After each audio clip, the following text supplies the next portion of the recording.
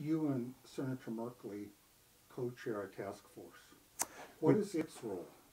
Thank you. I started a sudden oak death task force as a commissioner for Curry County, as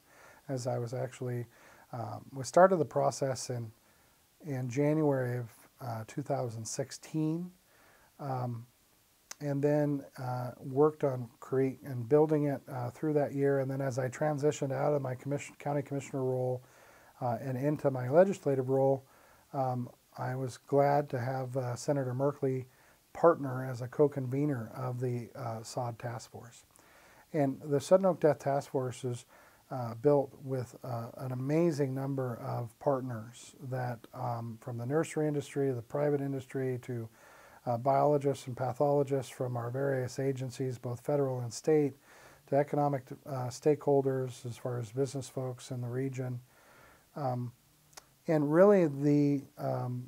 the point of the task force is to eradicate what we have is called the European strain, or the EU1 strain, that not only affects the 120 species like the NA1 strain does, but also affects conifer species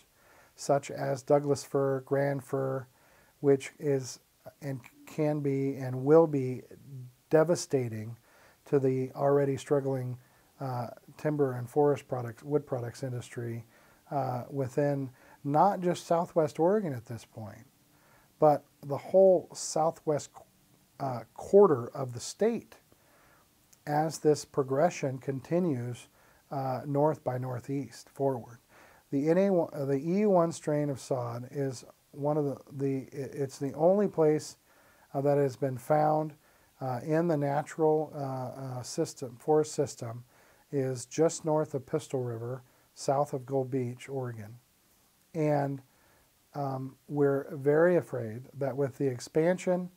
of the EU1, one site recognized site in 2015, 23 recognized infections in 2016, and now 130 recognized infections in 2017. And so the SOD task force was put together to bring these stakeholder groups together to identify funding, not only the necessary resources to eradicate the EU1, manage the NA1, get out the communication of the diseases and the necessary steps that the public can do,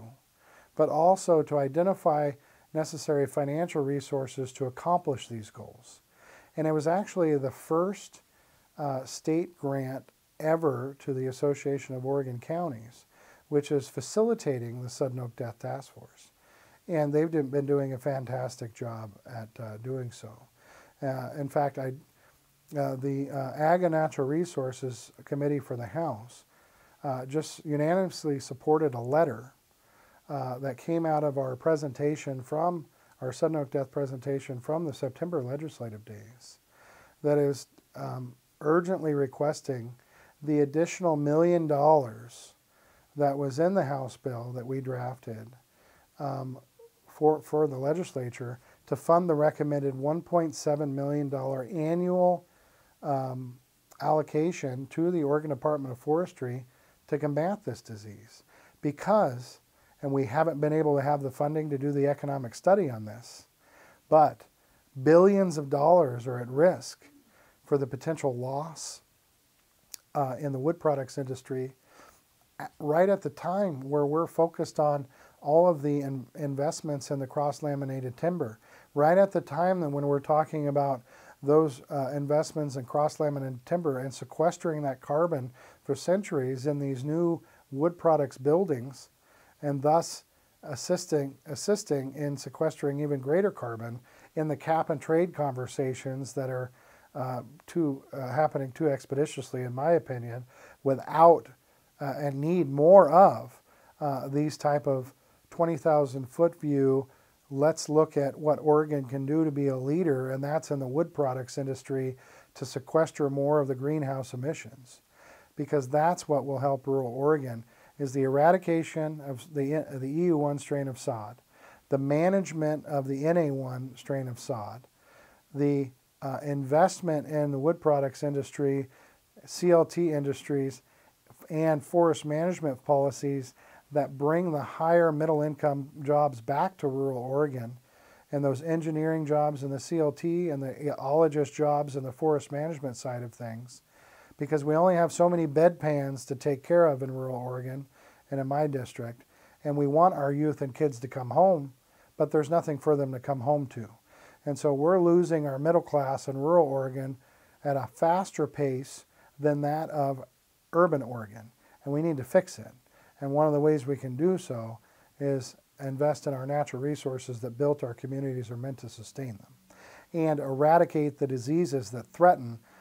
those very natural resources that are trying to hang on.